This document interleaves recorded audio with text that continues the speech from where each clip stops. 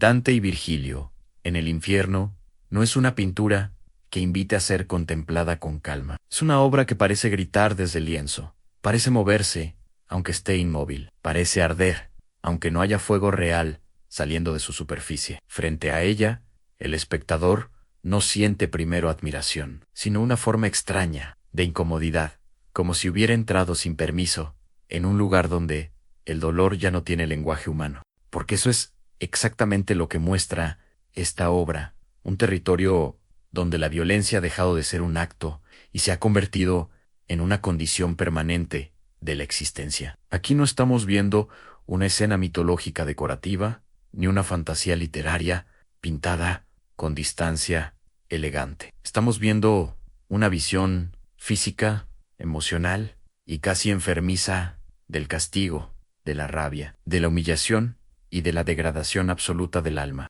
Y quizá lo más perturbador es que nada en esta pintura parece completamente ajeno a nosotros. Aunque esté inspirada en el infierno de Dante, lo que transmite no se siente lejano ni simbólico. Se siente humano en sí, se siente reconocible, se siente peligrosamente real. Lo primero que golpea en Dante y Virgilio en el infierno es el cuerpo. No la idea, no la narrativa, no el contexto histórico. El cuerpo en todo, en esta obra, está construido para hacer que la carne tenga protagonismo. Músculos tensos, mandíbulas apretadas, dedos clavándose, espaudaos, arqueados, rostros deformados por la furia. Aquí el sufrimiento no aparece como tristeza silenciosa, sino como una energía brutal que retuerce a los condenados hasta convertirlos en algo casi animal. No hay serenidad en ninguna figura, no hay pausa, no hay redención. En todo es lucha,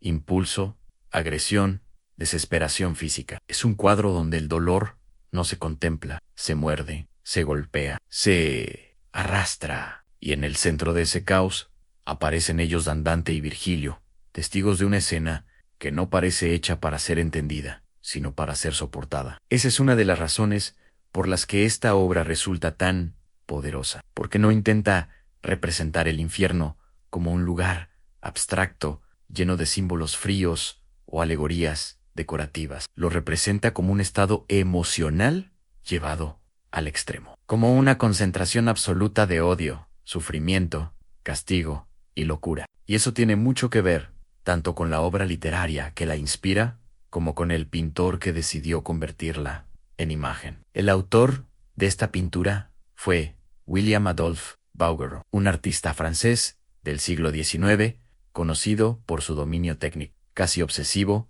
y por su capacidad de pintar la piel humana con una precisión impresionante. Pero en esta obra revela algo más oscuro. Aquí no busca idealizar, aquí expone. La escena proviene de la Divina Comedia, específicamente del infierno de Dante Alighieri, donde el poeta desciende acompañado por Virgilio a través de los círculos del castigo eterno. Sin embargo, Bouguereau no elige un momento contemplativo, elige uno de los más violentos. Dos almas condenadas, luchando sin fin, atrapadas en un ciclo de odio que no se agota, donde uno muerde al otro con una furia que parece no pertenecer ya al mundo humano. Y en ese instante, el cuadro deja de ser una ilustración literaria y se convierte en algo más incómodo, en una representación de lo que ocurre cuando las emociones humanas pierden todo límite, porque el verdadero horror aquí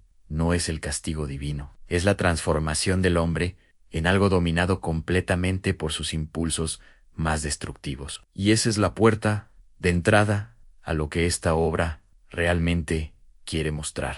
Pero cuanto más tiempo se observa Dante y Virgilio en el infierno, más evidente se vuelve que Bouguereau no estaba pintando solo una escena de violencia. Estaba pintando una verdad psicológica, una verdad incómoda sobre lo que ocurre cuando una emoción deja de ser sentida y pasa a devorar por completo a quien la carga. Porque eso es lo que se ve en el centro de esta obra, no solo una pelea, no solo una agresión, sino una fusión monstruosa entre dolor y odio.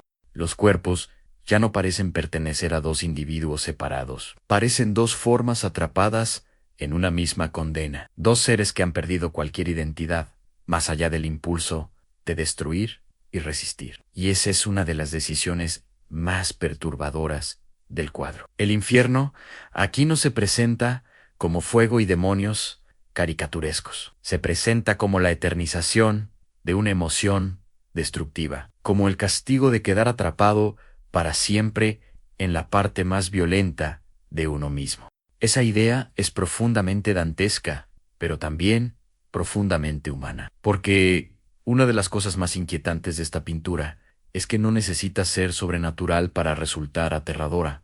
Lo que muestra ya existe en la experiencia humana. La rabia que consume, el resentimiento que no se suelta, la humillación convertida en obsesión, el deseo de morder emocionalmente a quien nos hirió, incluso si eso significa hundirnos con él. Por eso, la escena golpea con tanta fuerza, porque aunque esté ambientada en el infierno literario, su núcleo emocional pertenece al mundo real, y Bouguereau lo entendió con una claridad brutal. La forma en que construye los cuerpos es esencial para transmitir esta idea. Nada aquí está suavizado, nada está hecho para verse cómodo. Los músculos están tensados hasta el límite, como si cada fibra del cuerpo estuviera sometida a una presión insoportable. Las posturas son forzadas, violentas, casi imposibles de sostener. Los rostros no expresan simplemente dolor, expresan algo peor en pérdida de humanidad. El condenado que muerde parece impulsado por una necesidad primitiva, casi bestial, como si el odio hubiera sobrevivido incluso a la muerte y hubiera encontrado en la eternidad un terreno perfecto para seguir ardiendo. Y el otro cuerpo, lejos de parecer solo una víctima, también participa de esa brutalidad. No hay inocencia clara en la escena, no hay pureza, tan solo condena compartida, solo degradación mutua. Y esa ambigüedad moral es parte de lo que vuelve esta obra tan inquietante, porque no ofrece una lectura sencilla del bien y el mal. No presenta un monstruo aislado frente a un inocente absoluto. Presenta una espiral de violencia en la que ambos parecen absorbidos por la misma energía oscura. Y eso hace que el cuadro no hable solo de castigo, sino también de contagio emocional, del modo en que el odio no solo destruye a quien lo recibe, sino también a quien lo alberga. En ese sentido, Dante y Virgilio, en el infierno, no es solo una imagen del infierno religioso, es una imagen del infierno psicológico, de ese estado interno donde una emoción se vuelve tan dominante que consume toda la estructura de la identidad. Y es precisamente ahí donde la presencia de Dante y Virgilio adquiere una fuerza simbólica enorme. Ellos no están luchando, no están siendo atacados directamente, están mirando. Y sin embargo, su sola presencia transforma por completo el significado de la escena, porque ellos representan la conciencia frente al horror, representan el acto de mirar aquello que normalmente el ser humano prefiere mantener oculto. Dante, como figura del alma humana que atraviesa el conocimiento del sufrimiento, no solo observa a los condenados, se enfrenta a una revelación. Entiende que el infierno no es solo un castigo impuesto desde fuera. También puede ser la forma final de una pasión descontrolada, una emoción llevada hasta el punto en que ya no deja espacio para nada más. Virgilio, por su parte, cumple el papel del guía, pero no como alguien que elimina el terror de la experiencia, sino como quien obliga a atravesarlo. Esa diferencia es importante, porque el verdadero guía en las obras profundas no es quien protege del dolor, sino quien conduce hacia la verdad, aunque esa verdad sea insoportable. Y Bouguereau capta eso con una sutileza impresionante. Dante y Virgilio no dominan visualmente la escena, no eclipsan el caos central, son casi absorbidos por Helen, y eso convierte al espectador en un acompañante silencioso de su mirada. No observamos desde una posición cómoda, observamos como si también estuviéramos siendo arrastrados hacia una comprensión perturbadora sobre la naturaleza humana. El uso del color y de la atmósfera también refuerza esa sensación de descenso. No hay claridad luminosa, no hay aire, no hay respiro. Todo en la pintura parece pesado, denso, cargado. La oscuridad no funciona solo como fondo, funciona como sustancia emocional, como si el espacio entero estuviera hecho de opresión. Y dentro de esa oscuridad, los cuerpos resaltan con una intensidad casi obscena. La piel humana aparece iluminada de una forma que no transmite vida, sino exposición. Como si la carne estuviera siendo exhibida en su estado más vulnerable, más violento, más degradado. Esa elección es brillante, porque vuelve el cuerpo imposible de ignorar. El espectador no puede refugiarse en la abstracción intelectual, tiene que enfrentarse a la fisicidad del sufrimiento, tiene que mirar la violencia hecha carne, y eso convierte la obra en algo mucho más fuerte que una simple pintura académica. La convierte en una experiencia sensorial, casi incómodamente corporal. Pero quizá lo más inquietante de todo es que Bouguereau no parece juzgar a sus condenados desde arriba. No los caricaturiza, no los ridiculiza, no los convierte en criaturas grotescas para tranquilizar al espectador con distancia moral. Al contrario, les da una presencia monumental, casi trágica. Los pinta con una intensidad tan humana que resulta imposible verlos solo como monstruos. Y eso cambia todo.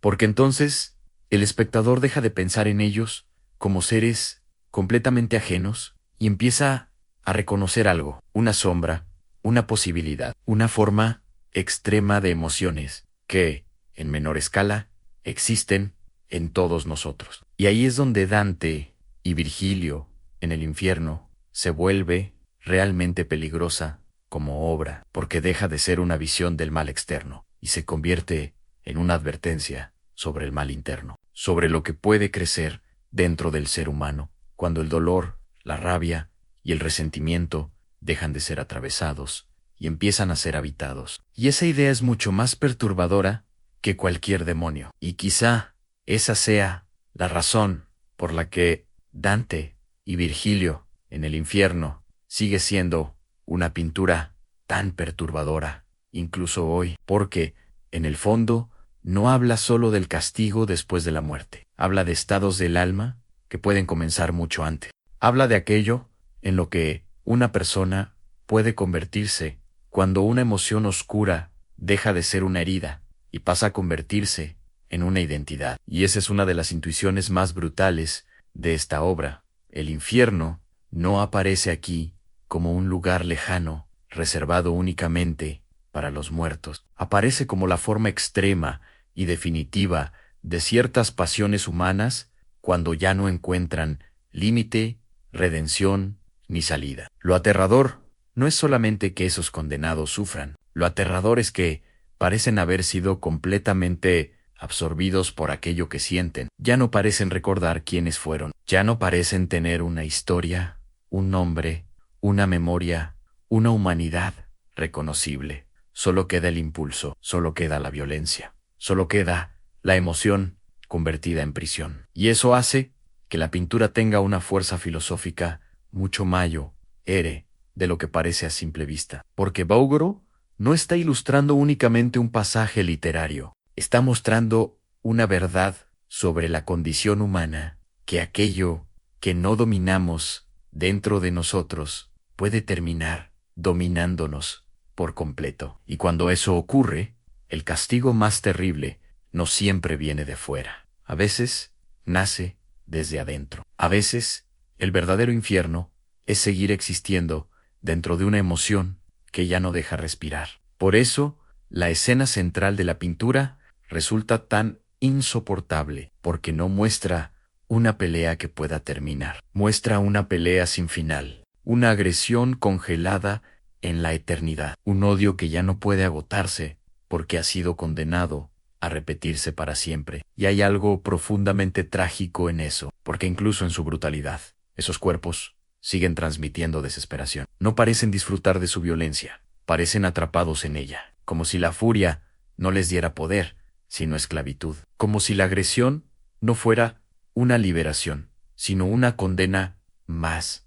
Esa es una de las grandes inteligencias emocionales del cuadro. Entiende que la destrucción no siempre hace sentir fuerte. Muchas veces solo revela cuán profundamente rota está una conciencia. Y esa idea vuelve la obra mucho más cercana, mucho más humana y mucho más incómoda. Porque entonces el espectador deja de mirar solo el horror ajeno y empieza a intuir algo más delicado y más peligroso. La posibilidad de que el infierno no sea únicamente un territorio mítico, sino también una dirección interna, una caída, un proceso, una forma de habitar el propio dolor hasta que ya no quede nada más. Esa es la verdadera oscuridad de Dante y Virgilio en el infierno. No su violencia visible, sino su capacidad de sugerir que el monstruo no siempre nace de lo sobrenatural. A veces nace de emociones completamente humanas llevadas hasta su forma final. Y ahí es donde la presencia de Dante